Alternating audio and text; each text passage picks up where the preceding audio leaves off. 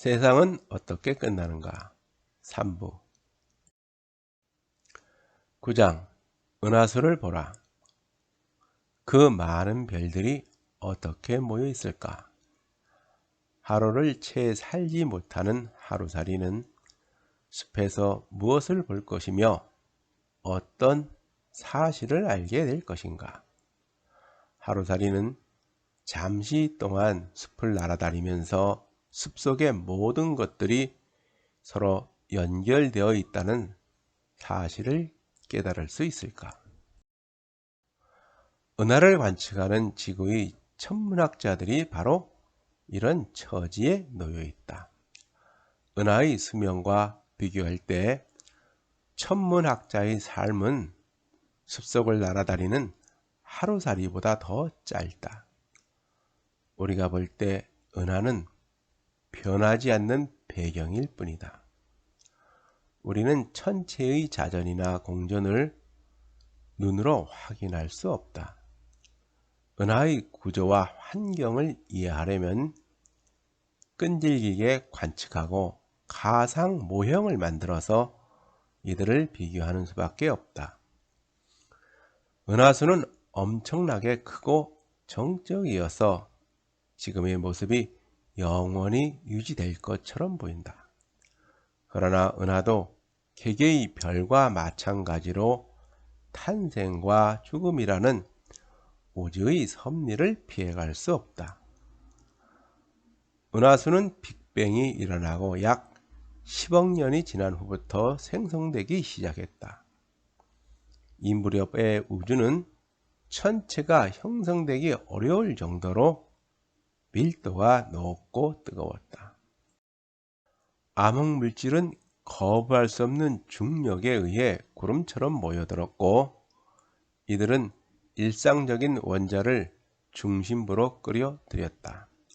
암흑물질이 중력에 의해 한 곳에 뭉치면 기체도 그 중심으로 빨려 들어간다. 암흑물질은 조용하면서 꾸준하게 한 곳으로 뭉쳐서 점점 덩치를 키워갔고 그 안에 갇힌 기체가 압축되면서 새로운 별이 형성되었다. 작은 암흑물질이 구름으로 뭉치면서 이 과정은 더욱 빨라졌을 것이다. 그리고 마지막 단계에 이르러 몇 개의 소은하가 합쳐지면서 지금과 같은 크기로 성장했다. 은하가 어느 정도 모양을 갖추면서 서서히 회전하게 되고 그 안에 있는 기체가 회전축을 중심으로 응집되면서 별이 형성된다. 모든 별은 일종의 화학 공장으로 물질의 일부를 우주 공간으로 방출하고 있다. 이때 분출된 기체는 별들 사이 공간을 꽤 오랫동안 떠다니겠지만 은하의 중심과 그 근처에는 별을 형성하기에 충분한 양의 기체가 항상 존재한다. 따지고 보면 결국 별의 잔해들이 모여서 새로운 별이 생성되는 것이다. 이와 같은 주기가 반복되다 보면 은하 속에서 무거운 원소가 점점 많아진다. 만일 별들이 이기적인 존재여서 그동안 생성된 원소를 우주 공간에 뿌리지 않고 내부에 보관했다면 생명체는 결코 탄생하지 못했을 것이다. 은하수는 120억 년 전에 처음으로 생성된 후 지금까지 수많은 변화를 겪어왔다.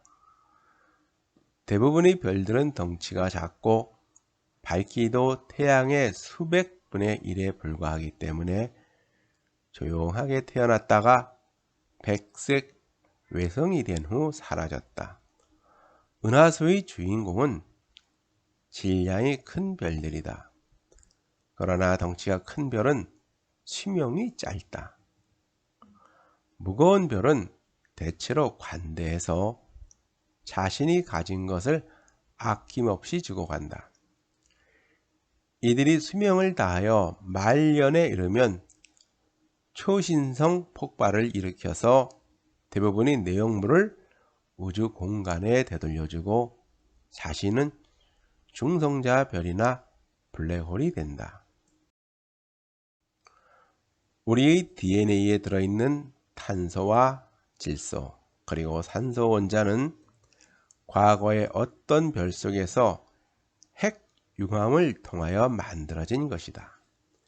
이 원자들은 별에서 방출된 후 무언가 흥미로운 일이 일어나기를 기다리면서 장구한 세월을 우주 공간을 떠돌아다니다가 중력으로 수축되고 있는 기체 구름 속에 유입되어 새로운 삶을 시작했다.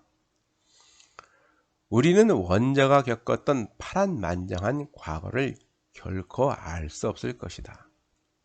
우리 몸에 있는 원자들 중 일부는 빅뱅이 일어난 직후에 탄생하여 수많은 별의 내부에서 온갖 순환을 겪었다.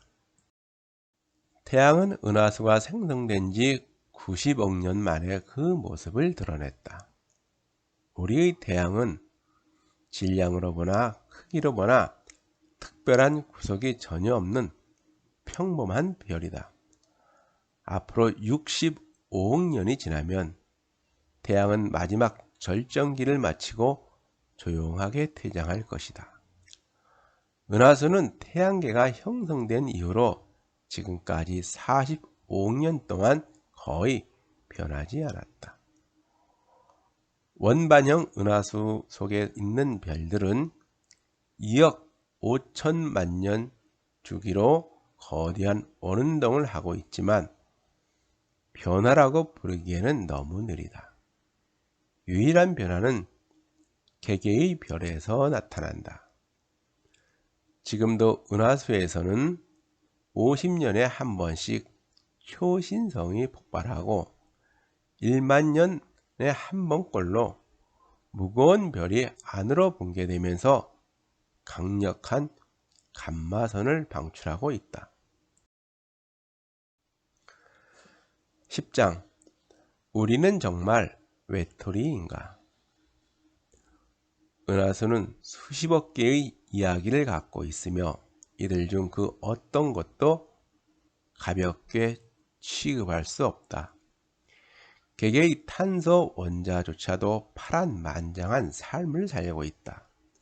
은하 속에 존재하는 수십억 개의 별과 행성들, 이들을 이루고 있는 원자들 중 1000분의 1은 탄소 원자이다. 빅뱅이 일어나고 우주가 팽창하면서 온도가 내려가고 회전하는 기체에서 은하가 형성될 때 원자는 아직 나타나지 않았었다. 원시적인 물질이 처음 생성되던 무렵에도 탄소 원자는 존재하지 않았다.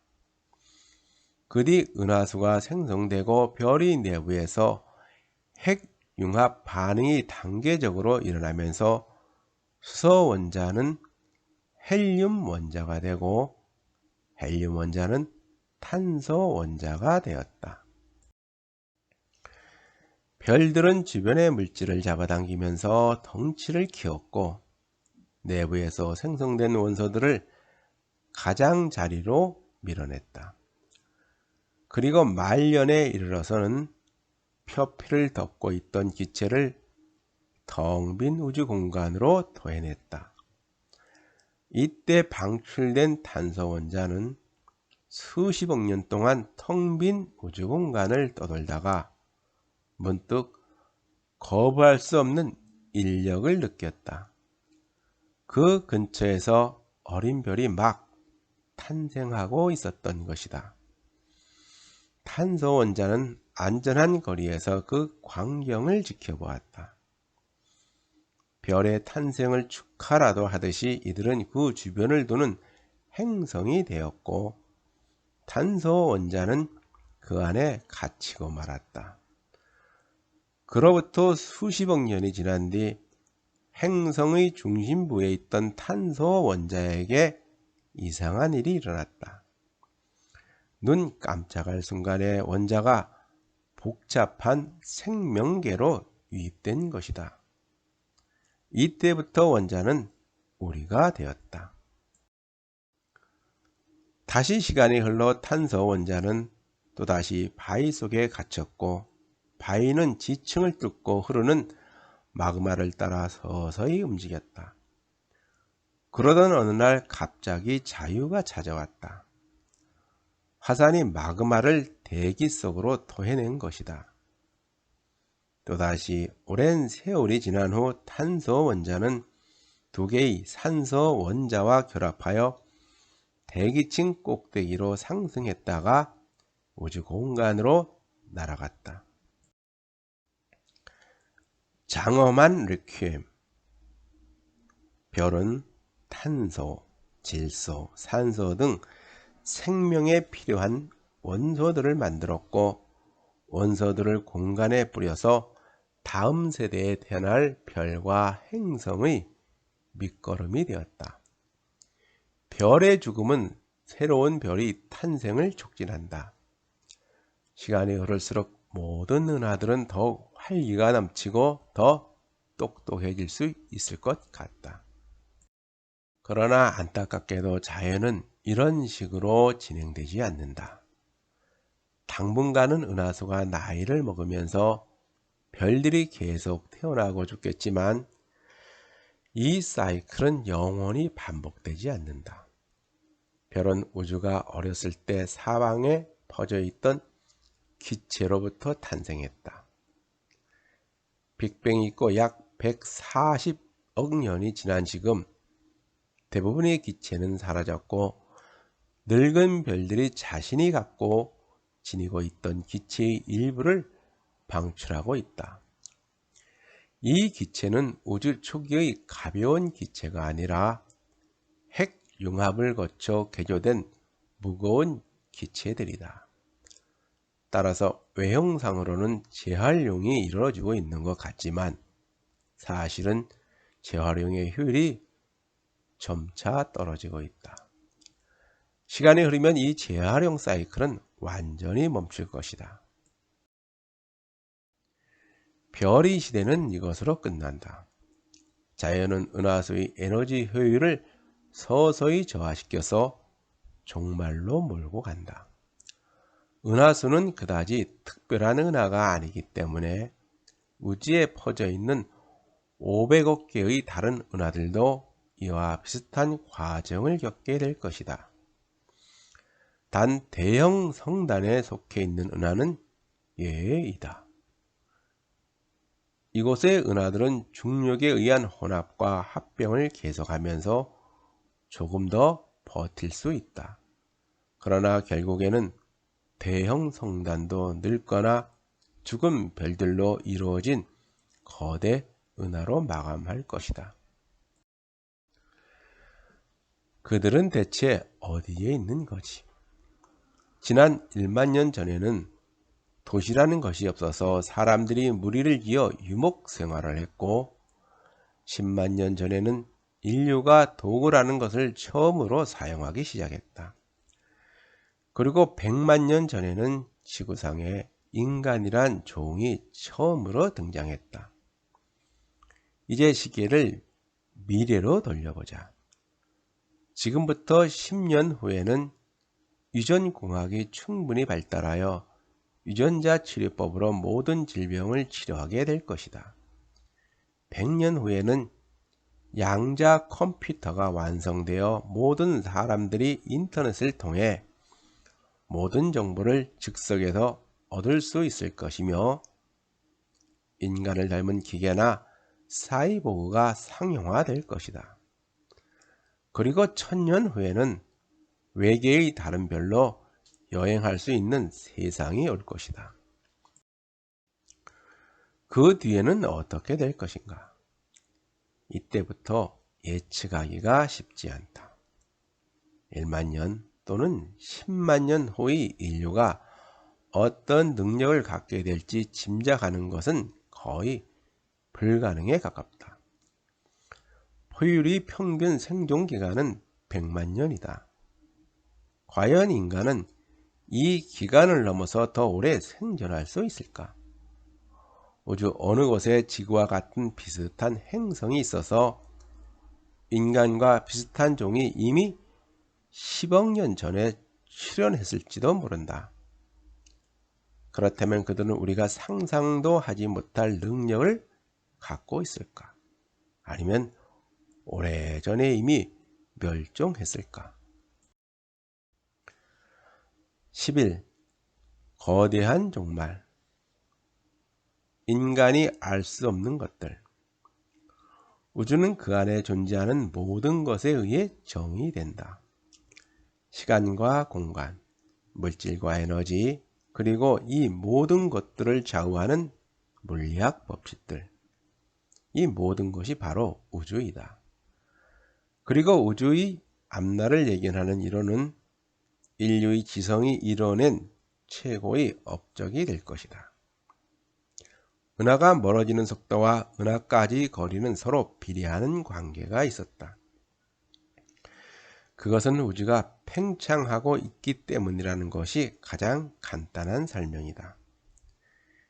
개개의 은하는 수십억 개의 별들이 모여있는 거대한 천체이며 이들은 시속 수백만 킬로미터라는 어마어마한 속도로 우리로부터 멀어지고 있다. 그리고 가장 멀리 있는 은하는 멀어지는 속도도 가장 빠르다. 은하가 멀어지는 것은 그들이 공간 속에서 움직이기 때문이 아니라 공간 자체가 팽창하고 있기 때문이다. 시공간의 특성은 오직 수학이라는 특수 언어를 통해서만 제대로 표현될 수 있다. 시공간이 팽창한다고 해서 그것이 어떤 용기 속에 들어있다는 것은 아니다. 우주는 스스로 존재하며 그것을 담는 그릇 같은 것은 필요 없다. 다만 팽창의 원인을 이해하려면 팽창이 시작되던 시점으로 시간을 거슬러 올라가야 한다. 그곳에서 우리는 지금과 전혀 다른 우주를 만나게 될 것이다. 모든 은하들이 서로에 대해 계속 멀어져 왔다는 가정하에 시간을 과거로 되돌리면 우주 만물이 한 점으로 모이는 시점에 도달한다. 이 시간이 바로 우주가 탄생한 시간이다.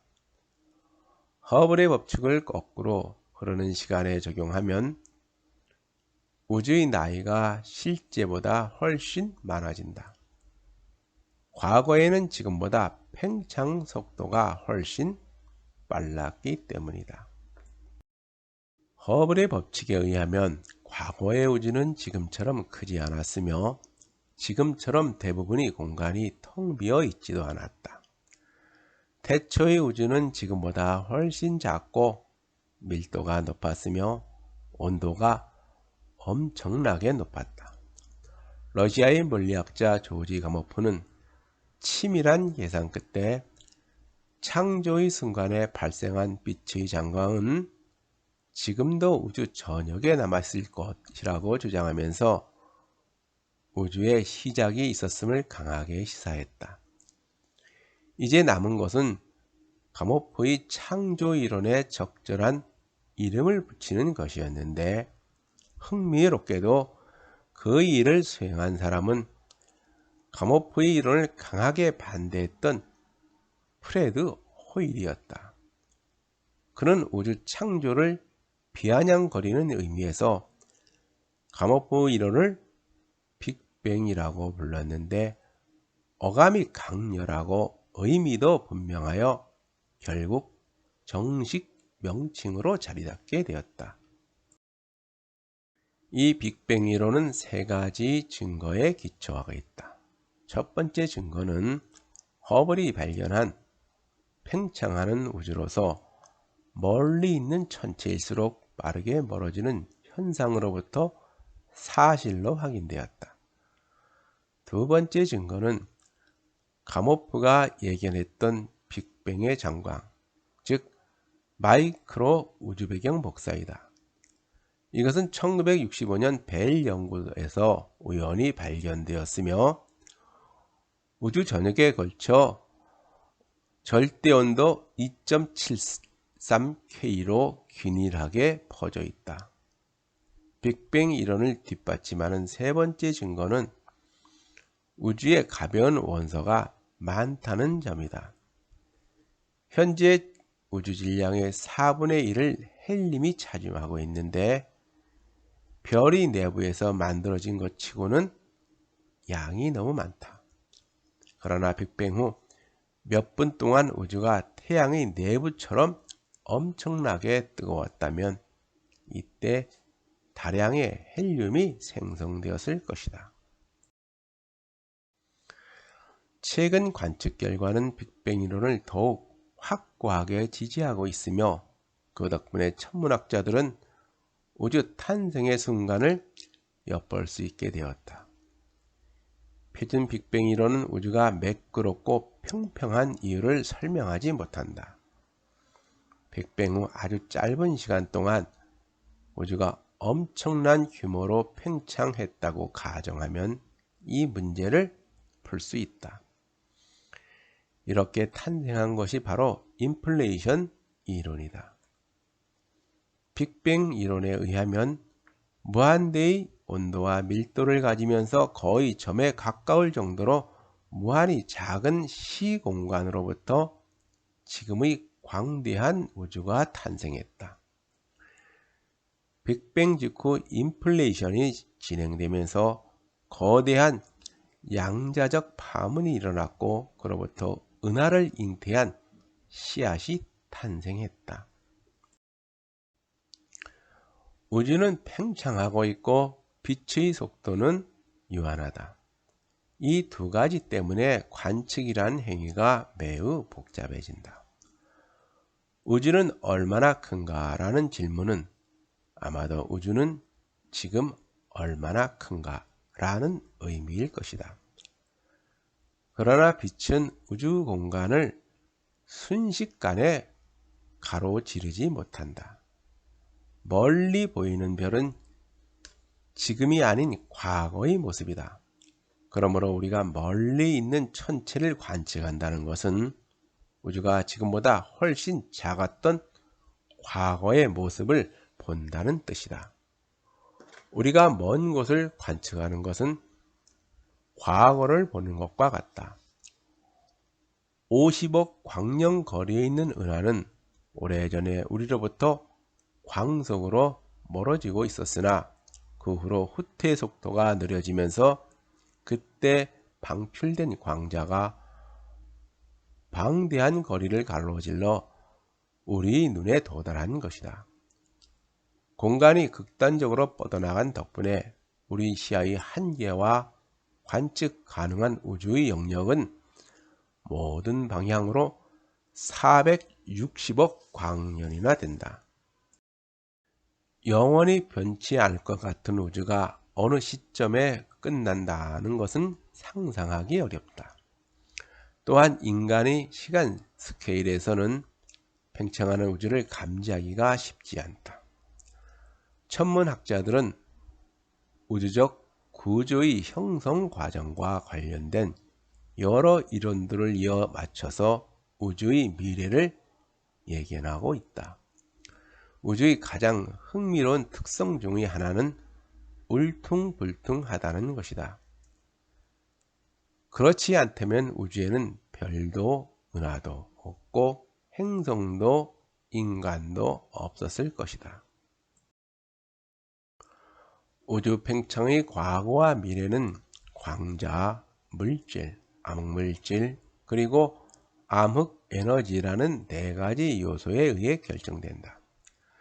초기 우주에는 고에너지 광자와 입자들이 잘 섞인 수프처럼 골고루 섞인 채 거의 광속에 가깝게 움직이고 있었다. 그리고 빅뱅 이후 5만 5천 년이 지난 시점에는 물질과 복사의 밀도가 같아졌다. 그 뒤 우주가 계속 팽창함에 따라 물질의 밀도는 자연히 낮아졌으나 팽창에 의해 광자가 낮은 에너지 쪽으로 적색 편이 되었기 때문에 에너지 밀도는 물질이 밀도보다 빠르게 감소했다. 그리고 우주가 유년기 접어든 이후로 복사는 큰 역할을 하지 못했다. 복사의 유력이 감퇴하자 중력이 두각을 나타내면서 우주의 구조가 형성되기 시작했다. 빅뱅 이후 38만 년이 지나자 우주의 온도는 2730도씨까지 식었고 그 덕분에 안정된 원자가 형성되기 시작했다. 그러나 최초의 별이 형성되기까지는 1억 년을 더 기다려야 했다. 은하의 형성이라는 1등 공신은 정상 물질보다 6배나 무거운 암흑 물질이었다. 암흑 물질은 블랙홀도 아니고 죽은 별도 아니며 자유롭게 떠다니는 바위 행성이나 먼지 같은 것도 아니다. 다만 소립자를 통하여 일상적인 물질과 미묘한 상호작용을 주고받을 뿐이다. 암흑 물질이 중력에 의해 뭉치면 제일 먼저 작은 덩어리가 형성되고 이들이 모여서 더 큰 구조가 만들어진다. 그 뒤 정상 물질이 암흑 물질이 중심부에 있는 중력 우물로 빨려 들어온다. 최초의 은하는 빅뱅 후 3억 년 만에 생성되었다. 작은 은하들이 먼저 만들어진 후에 이들이 모여 대형 은하가 되었으며 여러 개의 은하로 이루어진 초은하 집단이 제일 나중에 생성되었다. 가장 큰 은하에서 별의 형성은 빅뱅 이후 30에서 40억 년 시점에 절정을 이루었고 가장 작은 은하에서는 그로부터 70에서 80억 년 뒤에 별들이 집중적으로 형성되었다. 새로운 별의 탄생은 이제 거의 마무리된 상태이다. 우주의 역사의 대부분에 걸쳐 암흑물질은 팽창을 저지하는 역할을 해왔다. 그러나 50억 년 전에 우주의 운명을 좌우할 새로운 요소가 등장했으니 그것이 바로 암흑에너지이다. 우주의 74%는 암흑에너지이고 21%는 암흑물질로 이루어져 있다. 우리에게 친숙한 물질은 5%밖에 안 된다. 게다가 물질의 대부분은 매우 뜨거운 상태로 은하 사이의 빈 공간에 퍼져 있다.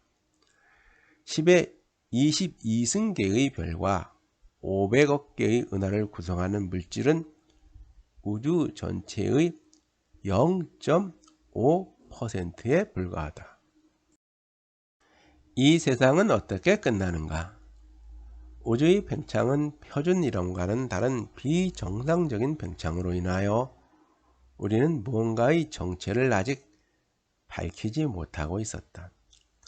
암흑 물질과 마찬가지로 암흑 에너지는 물리학 용어라기보다 그것에 대해 아는 바가 없다는 뜻에 가깝다. 즉, 우주 팽창에는 브레이크가 있었고 가속 페달도 있었다. 브레이크 역할을 한 것은 암흑 물질인데 우주가 계속 팽창하고 밀도가 감소하면서 암흑 물질의 영향력은 점차 줄어들었다. 가속 페달의 역할을 한 것은 암흑 에너지로서 우주의 역사와 함께 항상 존재해왔고 지금도 막강한 영향력을 행사하고 있다. 우리는 지금 도망가는 우주 속에 갇혀 있는 셈이다. 이론이 제 아무리 혼란스러워도 관측 결과는 변하지 않는다. 지금 우주는 분명히 팽창하고 있으며 팽창 속도도 갈수록 빨라지고 있다. 이런 추세가 계속된다면 우주는 매우 외로운 종말을 맞이하게 된다. 그러나 여기에는 한 가지 조심할 것이 있다. 암흑에너지의 특성은 기존의 이론이나 관측 결과에 거의 제한을 받지 않기 때문에 먼 미래에 대한 예견을 할 때는 정상적인 물질도 조금은 고려를 해야 할 것이다. 우주가 팽창한다고 해서 모든 것이 팽창한다는 뜻이 아니다. 우리 몸과 지구의 물질들은 팽창하지 않는다. 이런 것들은 원자들 사이에 작용하는 힘을 통해 단단히 묶여 있기 때문이다. 태양계 역시 태양을 중심으로 묶여 있기 때문에 팽창하지 않는다. 은하수를 비롯한 모든 은하들도 팽창하지 않는다. 별의 운동 궤도가 암흑 물질에 의해 한정되어 있기 때문이다.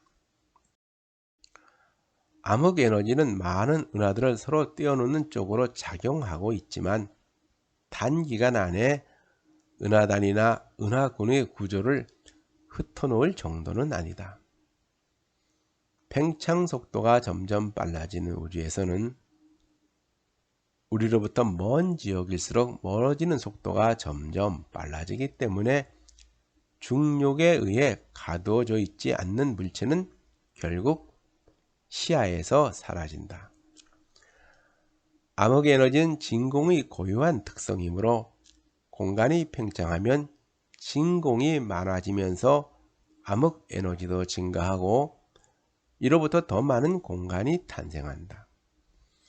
가속되는 상황에서 중력은 새로운 천체를 만들어낼 수 없으므로 현존하는 천체들은 점점 더 고립될 것이다.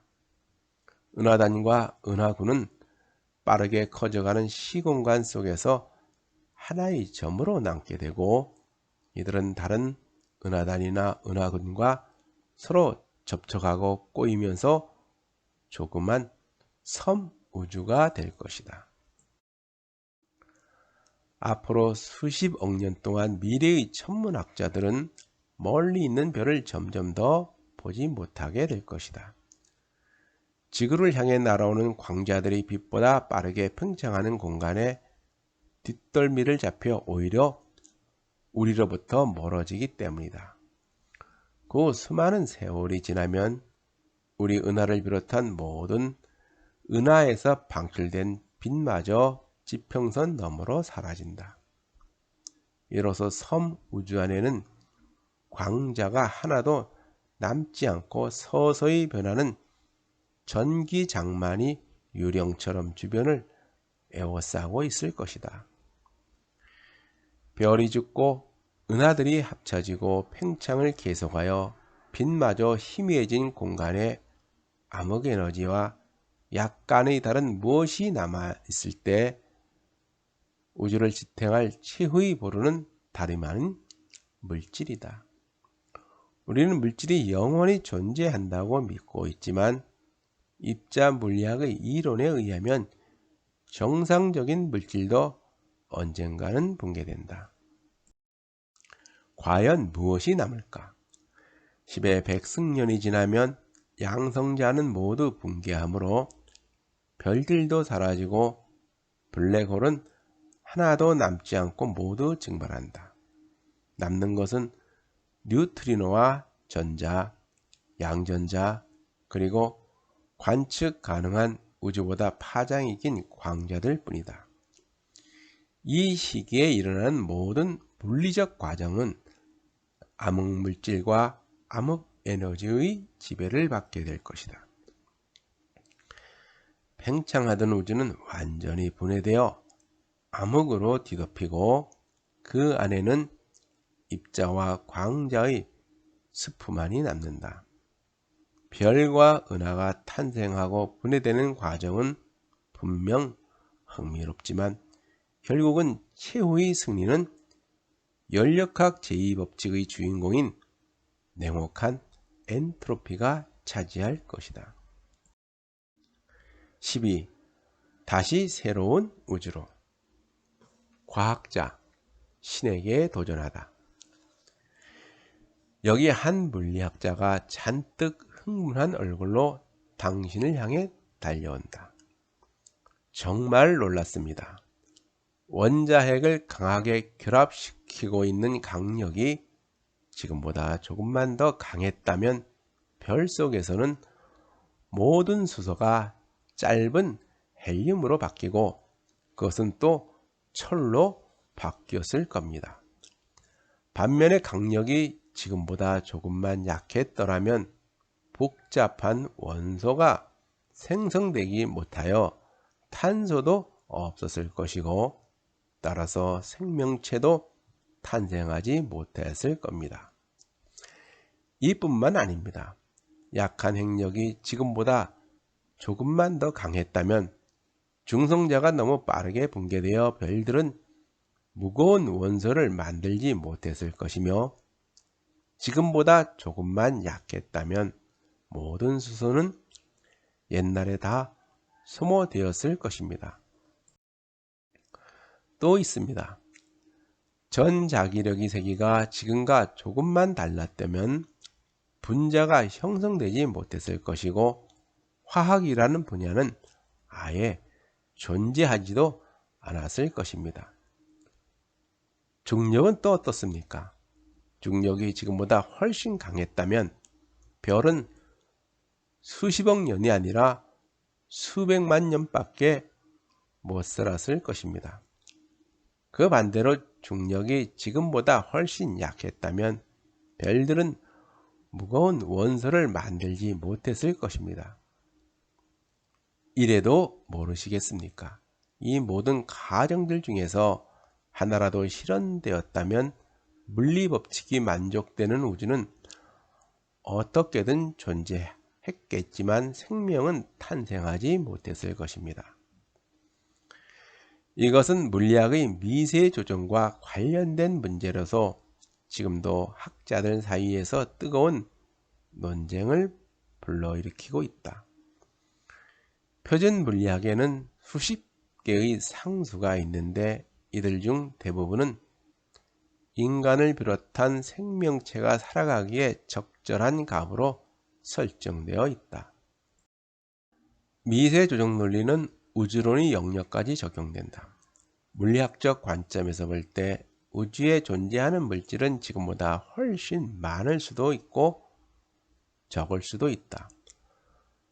둘 다 물리적으로 아무런 모순도 없다. 그러나 물질의 양이 지금보다 훨씬 작았다면 초기에 공간이 너무 빠르게 팽창하여 별이나 은하가 생성될 겨를이 없었을 것이다. 물론 별과 은하가 없으면 생명체도 탄생할 수 없다. 반면에 물질이 지금보다 훨씬 많았다면 우주는 오래전에 팽창을 멈추고 다시 수축되었을 것이며 별들이 무거운 원소를 만들지 못하여 생명체가 탄생하지 못했을 것이다. 아무리 생각해봐도 생명체가 살 수 있는 우주는 수명이 길고 거대한 지금과 같은 우주밖에 없는 듯하다. 우주에서 우리가 위치한 곳은 미세 조정 논리에 딱 들어맞지는 않는다. 지구가 태양 주변을 돌고 있지만 태양계는 확실히 유별난 곳이다. 우주는 공간을 제외한 대부분이 광자와 암흑 물질로 이루어져 있는데 우리는 양성자와 중성자로 이루어져 있다. 또한 우주 공간의 대부분은 거의 완벽한 진공 상태인데 우리는 은하 속에서 살고 있다. 그것뿐만이 아니다. 대부분의 태양계는 하나의 별 속에 모두 포함되어 있는데 우리는 견고한 행성에서 살고 있다. 마지막으로 우주의 역사는 엄청나게 길지만 인간이 존재해온 시간은 거의 찰나에 불과하다. 이것도 경이롭다고 생각하는가? 물리학의 기본 상수들은 생명체에게 유리한 값으로 정해져 있다. 만일 이 값들이 조금만 달랐다면 우주에는 생명체가 전혀 존재하지 않았을 것이다. 마치 누군가가 상수들을 미세하게 조정해 놓은 것 같다. 과연 그럴까? 이 결과를 어떻게 설명해야 할까? 우리는 눈에 보이는 것은 여러 가지 가능한 현실 중 한 부분에 불과하며 다른 가능한 현실은 생명체의 존재를 허용하지 않는다. 존 휠러는 양자적 효과가 관측자와 공간 사이의 깊은 관계를 형성한다는 점이 참여 인류 원리를 제안했다. 간단히 말해서 관측자가 우주를 창조한다는 뜻이다.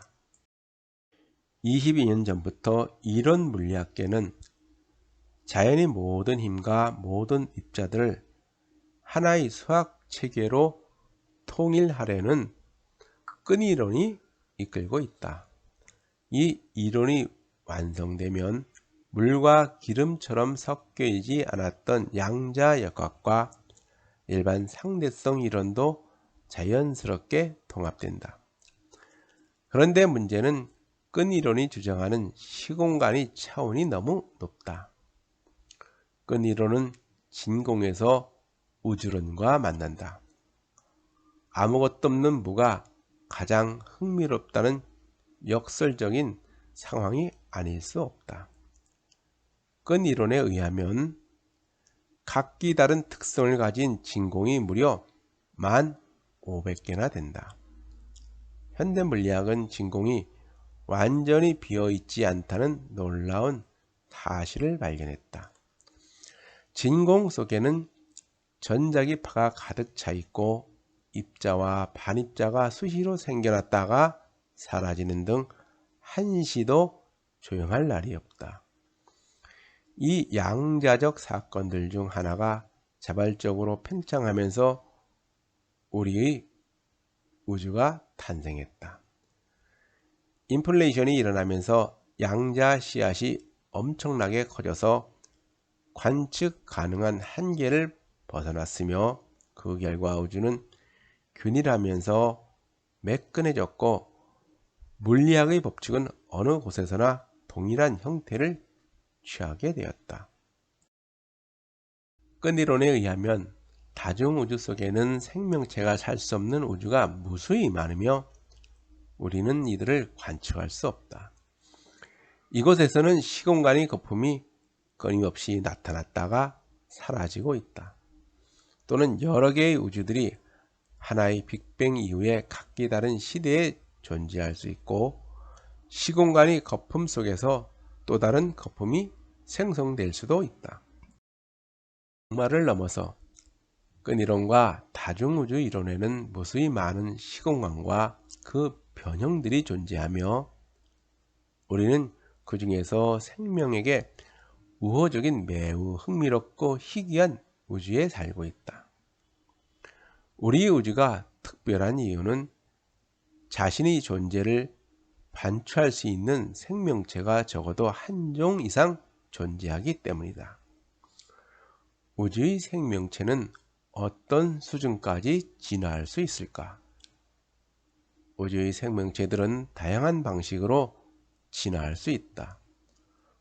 우리처럼 크고 느린 생명체는 지구에서만 유리할 뿐이다.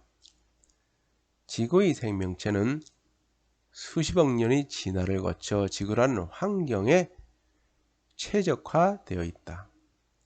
지구 또는 외계의 생명체가 레즈 커즈와일이 말한 특이점을 통과하여 새로운 단계에 접어든다면 그때의 소득은 가히 상상을 초월한다. 지금 우리는 은연중에 인간의 삶을 컴퓨터에 요약하는 단계로 접어들었다. 컴퓨터의 성능이 기본적인 한계는 양자역학에서 에너지가 변화하는 속도에 따라 좌우된다.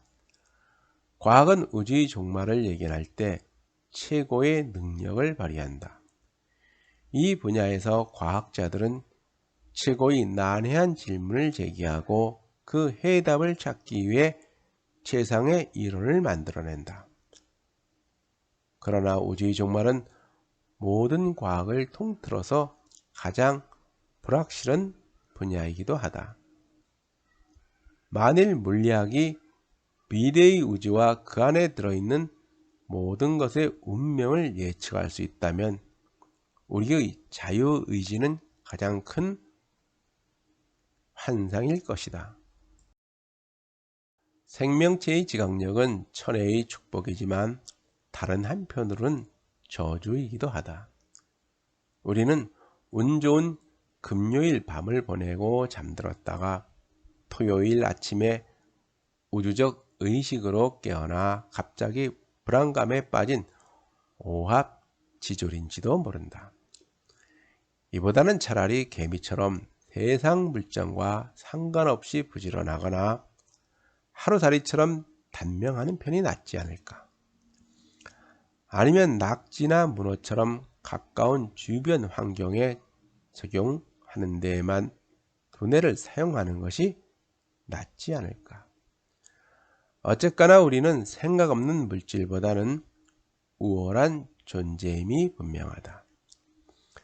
마술 같은 사건으로 가득 찬 이 우주에서 마지막에 어떤 일이 일어나건 그게 무슨 상관인가.